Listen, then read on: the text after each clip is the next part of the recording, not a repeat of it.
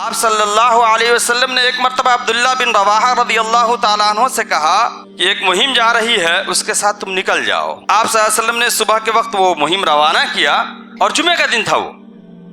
रसूल अकरम सल्लल्लाहु अलैहि वसल्लम जब मिंबर पे गए तो देखे कि मुहिम तो रवाना हो चुकी है, लोग चले गए हैं, काफिला चला गया है, लेकिन अब्दुल्ला बिन रवाहा मस्जिद में नजर आ रहे हैं। उन्होंने उज़्र ये पेश किया कि नबी अकरम सल्लल्लाहु अलैहि वसल्लम ऐसी मुहिम पे मैं जा रहा था, वापस हो भी सकता हूँ नहीं भी हो सकता हूँ, इसलिए मैंने ये मुनासिब समझा कि आपके पीछे जुमे की नमाज अदा कर लूँ, इसका चला जाऊंगा।